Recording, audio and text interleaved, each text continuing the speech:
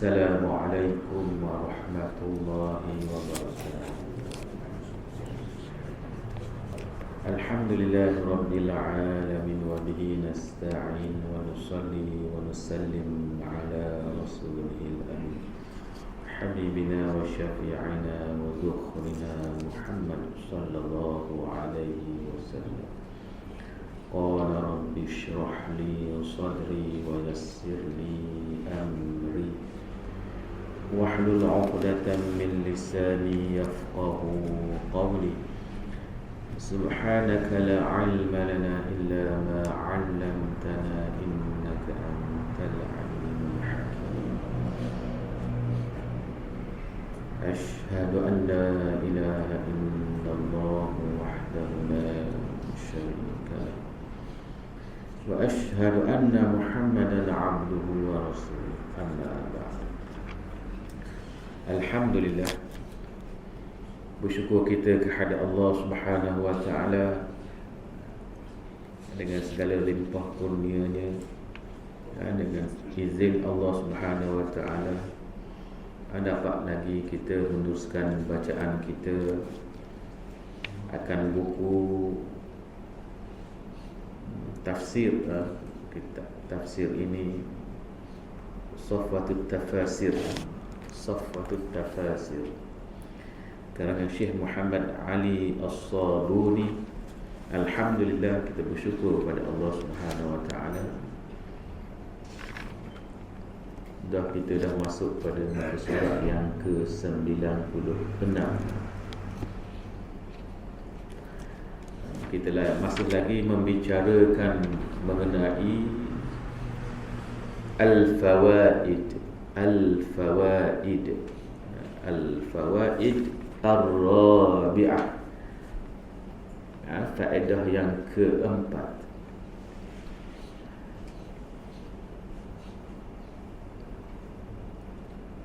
Al-Fawaid Ar-Rabi'ah, Al-Fa'idah Ar-Rabi'ah, Al-muradu minal imamati fil ayatil karimati al-imamatu fid din, wa hiya an-nubuwwatu allati harramaha az-zalimun. Walau kanatil imamatu dunyawiyyah la khalafa dhalika al-waqi'a idh nalaha kathirun min az-zalimin, fa dhahara anna al-murada al-imamatu fid din khassatan. Ini faedah yang keempat yang dinyatakan oleh pengarang di sini ialah dia merujuk kepada ayat 124 yang kita baca pada 3 atau 4 minggu yang lalu. Wa idzibtala Ibrahima rabbuhu bikalimatin fa'atammahun qala inni ja'iluka lin-nasi imama qala wa min dhurriyyati qala la yanalu ahdi adh-dhalimin. Dia merujuk kepada ayat ni.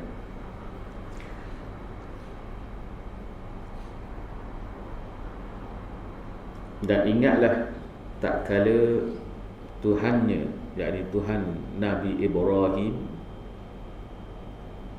menguji Nabi Ibrahim ini dengan beberapa kalimat, dengan beberapa perintah yang diberikan oleh Allah Subhanahu wa taala kepada Nabi Ibrahim.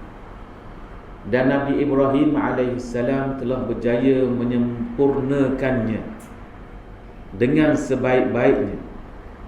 Fa'atammahun, maka yakni Nabi Ibrahim alaihissalam telah berjaya menyempurnakan perintah Allah tersebut. Kemudian ya Allah Subhanahu wa taala berfirman, qala inni ja'iluka lin-nas imama. Sesungguhnya aku menjadikan kamu, yakni Nabi Ibrahim, lin-nas imama, untuk manusia itu sebagai imam. Allah jadikan Nabi Ibrahim itu sebagai ikutan, qudwah, imam kepada manusia. Qala wa min dzurriyyati.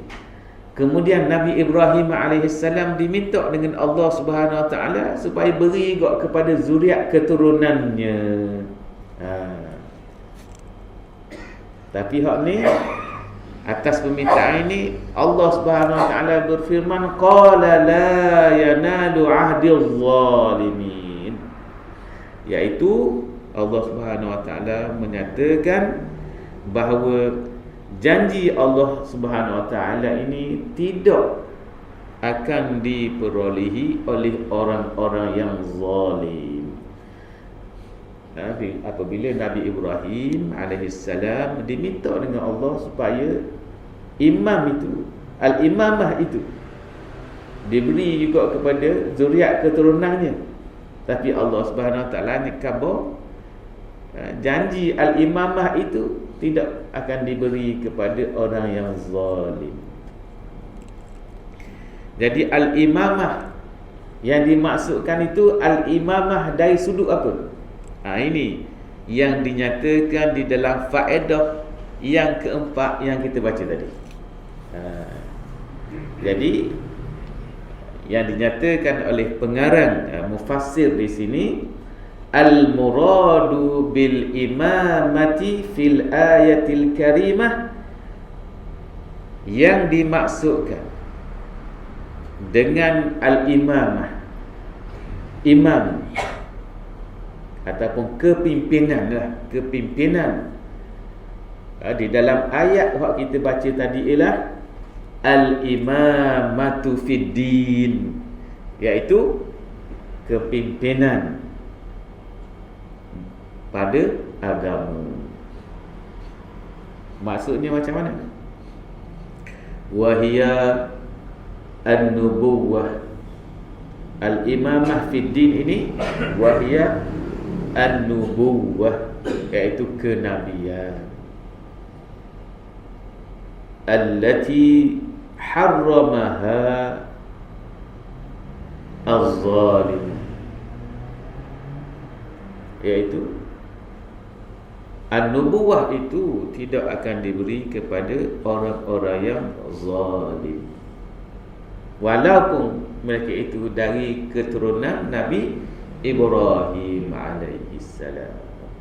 Jadi al-imamah fid din ini hanya diberi kepada keturunan Nabi Ibrahim yang tidak zalim, yang adil, yang insaf,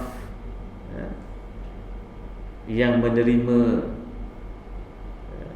ajaran yang dibawa oleh Nabi Ibrahim alaihissalam. Walau kanat al-imamatu dunyawiyah, sekiranya al-imamah yang dimaksudkan dalam ayat yang kita baca tadi itu juga merujuk kepada al-imamah ad-dunyawiyah, kepimpinan keduniaan, nescaya la khalafa dzalik, nescaya dia akan berlaga, dia akan bercanggah, dia akan berselisih dengan al-waqi', dengan al-waqi', dengan apa yang berlaku.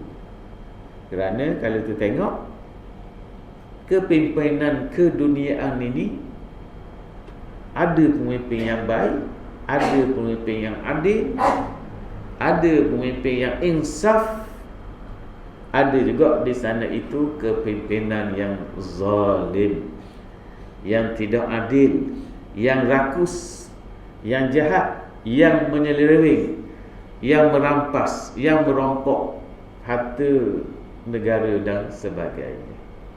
Jadi hak ni, kepimpinan dunia ni mungkin diperolehi oleh orang baik dan juga orang yang tidak baik. Tetapi kepimpinan agama ataupun sebagaimana yang dinyatakan oleh pengarang, kepimpinan agama ini yang dimaksudkan dengannya ialah kenabian, kerasulan. Ini semua Allah akan beri kepada orang-orang yang baik belaka. Jadi nabi-nabi, rasul-rasul itu semua orang baik yang terpilih, ya.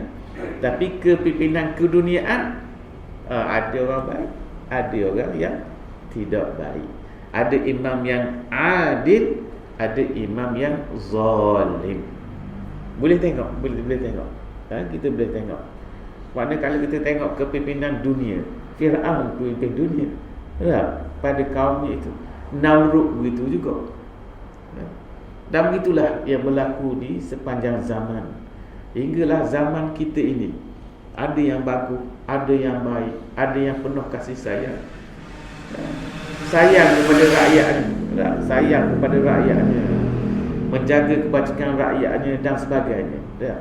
Dan ada yang tidak baik, yang mementingkan diri sendiri, yura'i fihi maslahah khassah, dia meraihkan kepentingan individu tertentu sahaja, dan sebagainya. Ini adalah realiti.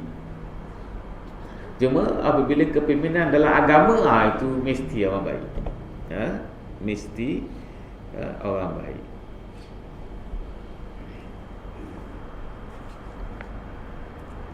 Idna laha kathirun minaz zalimin. Pengarang kata gitu. Idna laha kathirun minaz zalimin, iaitu kepimpinan keduniaan, al-imamah ad-dunyawiyah. Idna laha, nala al-imamata ad-dunyawiyah. Ada orang zalim yang memperolehi kepimpinan keduniaan. Tapi kalau kepimpinan keagamaan, tidak akan diwarisi oleh orang yang zalim.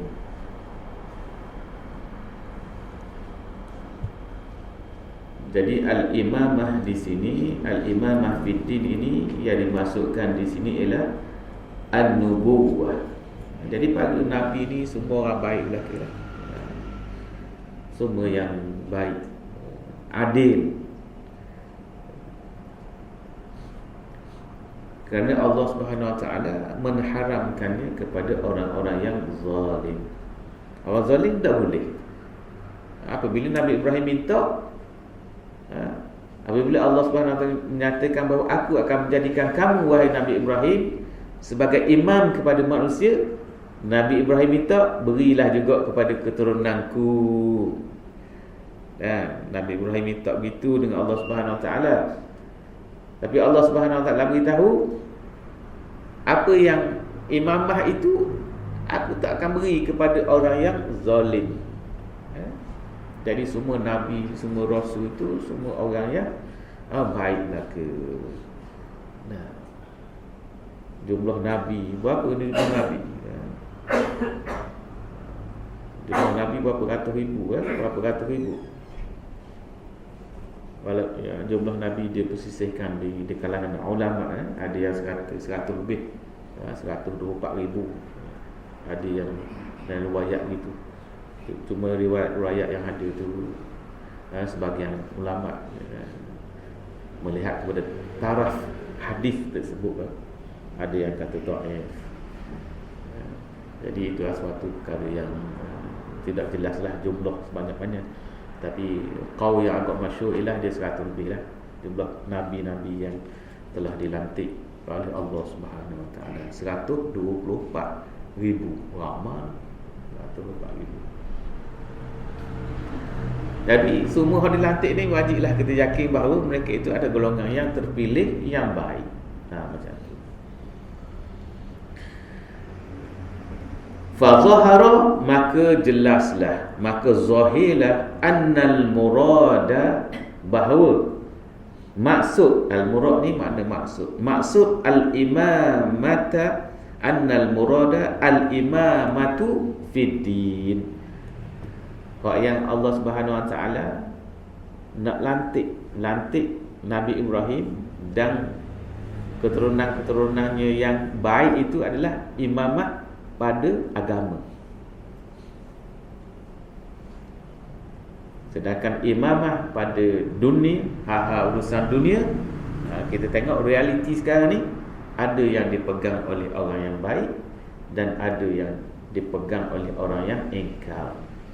Boleh tengok dari sudut agama macam mana kecaknaannya. Mungkin kita boleh merujuk kepada negara Brunei. Contoh pemerintah dia bagaimana. Kita nampak pada zahirnya mereka ini cuba untuk melaksanakan hukum hakam Islam. Betul tak? Kita tengok Brunei begitu. Dari zahirnya kita nampak dia bersungguh dari sudut itu. Di Malaysia pula macam mana? Mana kita boleh tengok perbandingannya. Perbandingan negara-negara lain macam mana pula? Negara-negara orang kafir macam mana? Pemimpin dia macam mana? Zalim tak? Zalim ke tidak? Pemimpin yang tidak Islam ni dari asal dia zalim tak?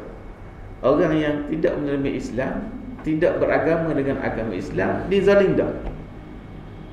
Jadi kita tengok pemerintah di pelosok dunia ni ramailah orang yang bukan Islam. Jadi dia imam lah di situ. Imam maknanya ketua di negara dia tu. Negara dia bukan negara Islam. Jadi dia juga mentadbir dunia dia tu, mentadbir negara dia. Jadi al-imamah dunyawiyah pelbagai ya. Ada orang zalim, ada orang adil, ada orang muslim, ada orang yang kafir, ada orang fasik, ada macam-macam lah adanya. Tapi al-imamah fiddin dok begitu ya. Kepimpinan dalam urusan agama, maka kepimpinannya dipegang oleh orang yang baik. Itu adalah faedah keempat yang dinyatakan oleh pengarang, yang diambil daripada ayat yang kita baca sebelum ini. Al-khamisah, kita beralih kepada faedah al-khamisah yang kelima. Zakara al-allamatu Ibnul Qayyim anna sirra fi tafdilil baitil atiqi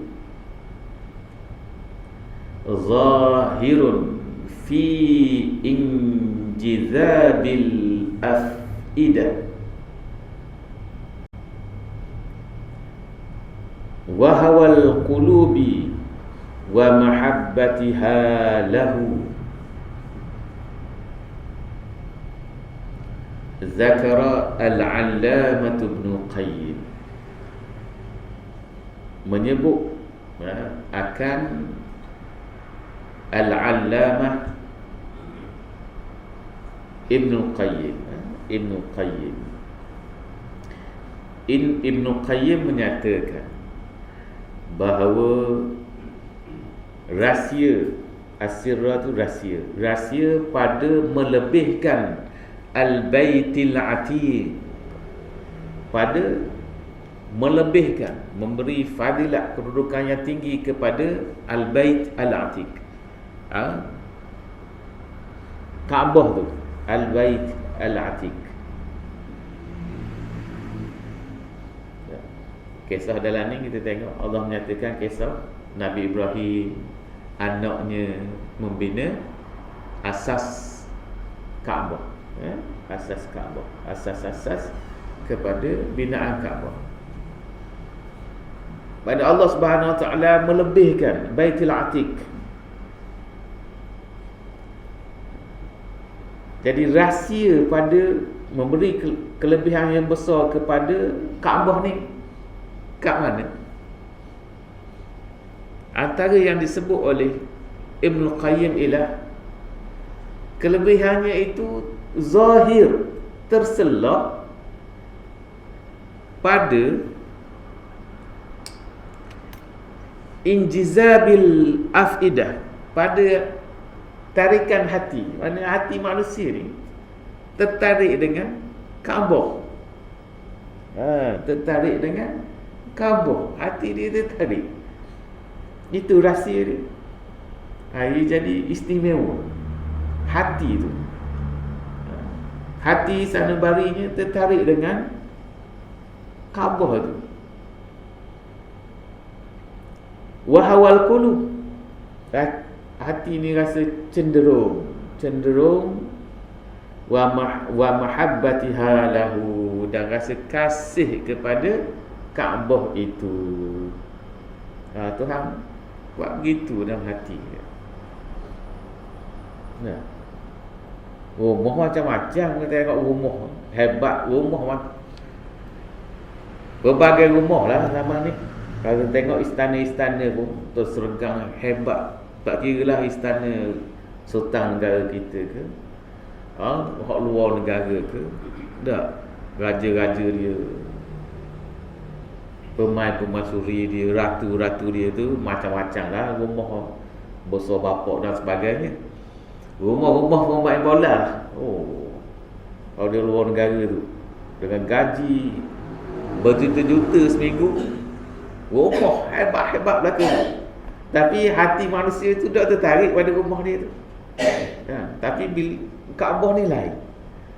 Injizab al-afidah. Dia hati tu tertarik, cenderung, sanubari dia cenderung, hati dia cenderung, dia tertarik dengan al-bait al-atiq, dan rasa kasih, rasa cinta kepadanya. Itu rahsia dia. Rahsia. Jadi Allah letak begitu, kita rasa lebih. Kaabah itu lebih.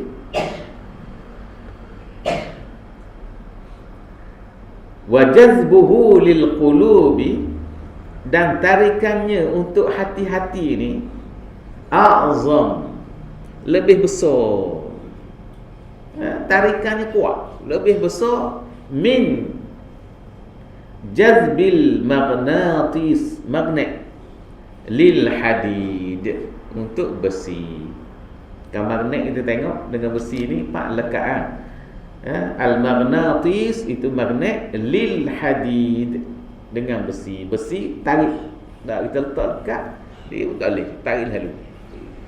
Ibn Qayyim kata hati manusia ni dia tertarik dengan Kaabah lebih lagi dengan daripada tarikan magnet dengan besi. Mari kan lekat lalu tak? Lekat selalu.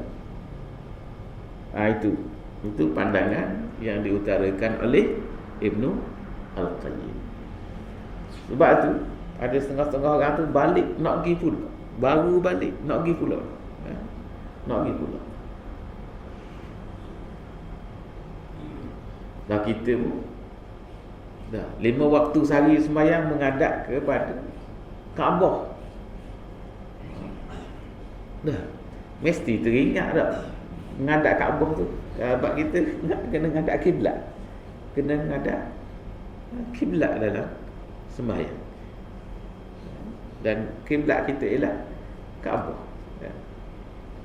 Jihad dia, arah dia tu.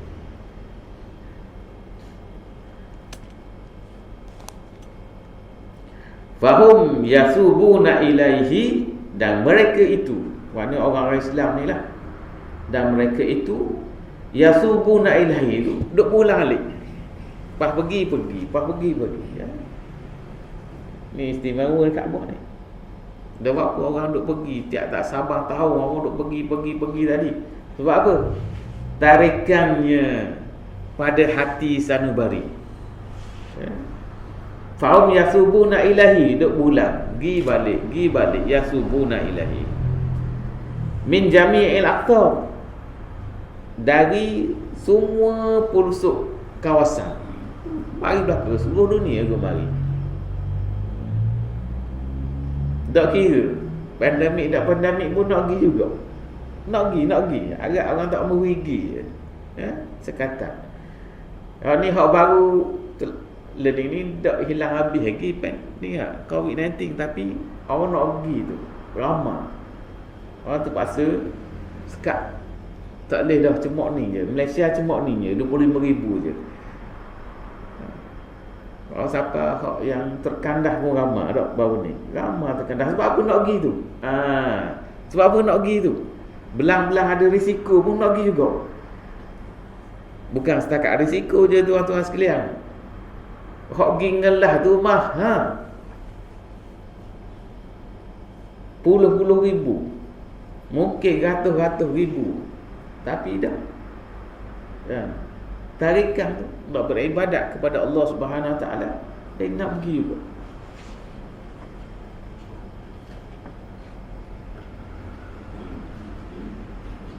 Fahum yasubuna ilaihi min jami'il aqtari wa la yaqduna minhu watara. Wa la yaqduna minhu watara. Wala yaqduna minhu watara ini maknanya dak capai hajat semua. Maksudnya apa? Dia kalau pergi sekali tu pergi sampai hajat dia tak pergi dah. Ini pagi balik pergi pula. Wasa dak puas semua. Itu maksudnya. Maknanya dak habis dah. Orang pergi lesar dah, hajat aku lesar dah. Dak pergi dah lain kali dah. Ni rasa terikat ni nak pergi pula. Wasa-wasa dah habis lagi.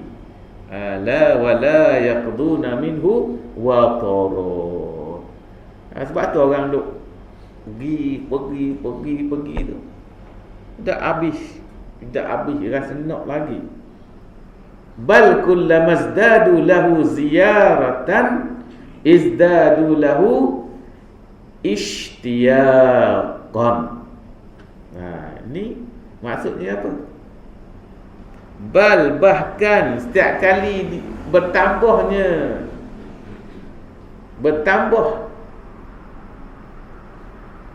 baginya ziarah itu, bertambah baginya kerinduan. Lagi rindu. Itu kita kalau pergi sama dah puas dah nak pergi pergi KTCC, contoh pergi KTCC. Pergi sekali tak mau pergi dah. Kadang-kadang setengah orang pergi sekali tak mau pergi dah. Nak kalau orang tu, kalau orang minat pun pergi nak pergi pula. Pergi.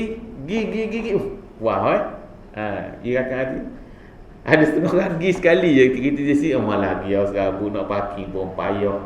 Gini macam-macam lah. Waktu orang pergi sekali tak mau dah. Kau ni KTCC pergi, sedap pergi KTCC. Makan macam-macam lah, makan lah. Pergi pula. Sedap lah. Pergi pula. Lama-lama malah aku pergi tak minggu dah pergi situ. Malah tak mau pergi dah. Dia habis nampak, dia habis. Satu tempat tu dia akan habis gitu je. Bila dia puji satu tempat, gimana? Pergi melancong tempat tu, Langkawi. Sekali tak puas. Ada orang pergi sekali tak mau dah. Langkawi dah, pergi dah kata, pergi tempat lain pula. Kata hak minat sangat, pergi 5-6 kali. Tak boleh puas dah.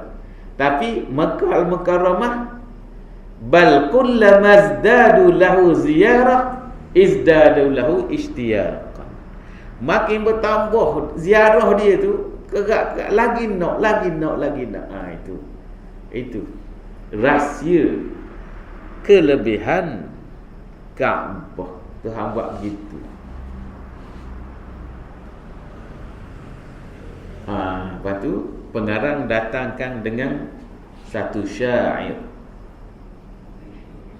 La yarji'u tarfu anha hina yubsiruha. Kaabah ni la yarji'u tarfu, mata tidak akan, bila kita tengok tu kita tak akan berpaling. Kita tengok kita tak akan berpaling ketika kita melihatnya. Bila kita tengok tu la yarji'u at-tarfu 'anha hina yubsiruha hatta ya'uda ilaiha at-tarfu mushtaqan. Tidak berpaling mata dari Kaabah itu ketika kita melihatnya, kecuali kita akan kembali melihatnya, kecuali akan kembali kepadanya mata itu mushtaqan, kerana kerinduan. Kalau dia tengok, lepas tu dia paling tak lain, nak tengok lagi sebab dia rindu dah. Itu ni penyair kata gitu. La yarji'u, tidak balik, tidak berpaling mata at-tarfu anha, darinya, dari al-bait al-atiq, yakni al-Kaabah, hina yubsiruha, ketika melihatnya, hatta, kecuali ataupun sehingga, ya'uda ilaiha, kembali kepadanya, kembali melihat kepadanya akan mata itu mushtaqan, kerana kerinduan. Dirakamkan dalam syair yang begitu indah ini, menggambarkan macam mana kerinduan kepada Kaabah itu timbul. Maknanya kalau kita tengok dia tu, kita akan tengok balik. Nampak tak? Kita akan tengok balik kerana kerinduan dah. Padahal baru tengok. Bertengok, waktu dia berpaling nak tengok balik kerana kerinduan. Itu adalah antara rahsia yang dinyatakan oleh Al-Allamah Ibn Qayyim pada menggambarkan mengapa yang Kaabah itu mempunyai kelebihan yang besar.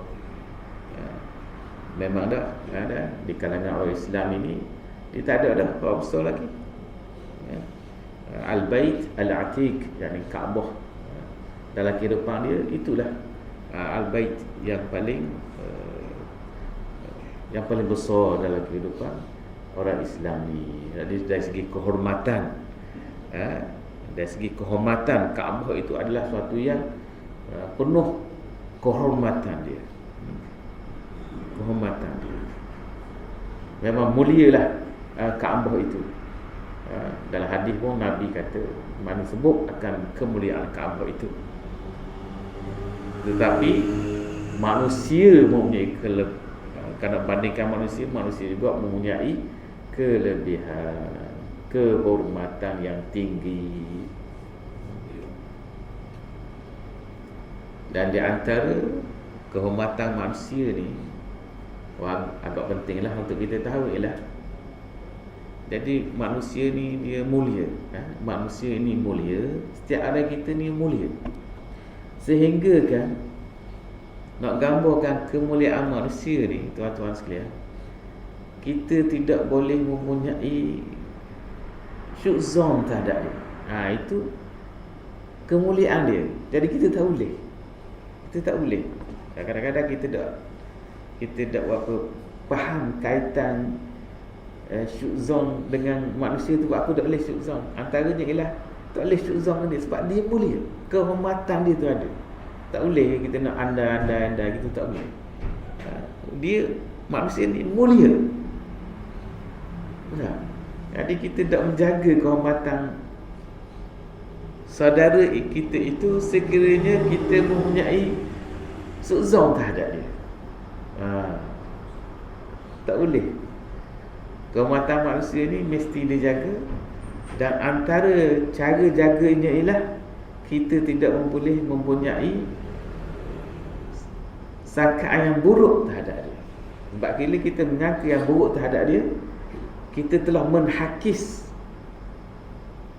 kemuliaan dia, kehormatan dia. Jadi antara hak kemuliaan, kehormatan manusia ini, kita tidak boleh mempunyai sangkaan buruk terhadap. Yang ni ramai di kalangan orang Islam ni, dia tidak belum memahami kemuliaan manusia itu sebagai sepenuhnya. Hatta nak sangka buruk pun tak boleh, sebab menjejaskan kehormatan dan kemuliaan manusia itu, yang mana kemuliaan dan kehormatan manusia ini mesti dijaga. Kita mesti jaga. Setiap orang tu dia punya hak kehormatan, hak kemuliaan dia. Hatta kita nak sangka buruk terhadap dia pun tak boleh, tuan-tuan sekalian. Jadi sekadar itulah saja. Wabillahi taufiq wal hidayah. Wassalamualaikum warahmatullahi wabarakatuh. Wallahu a'lamu bissawab.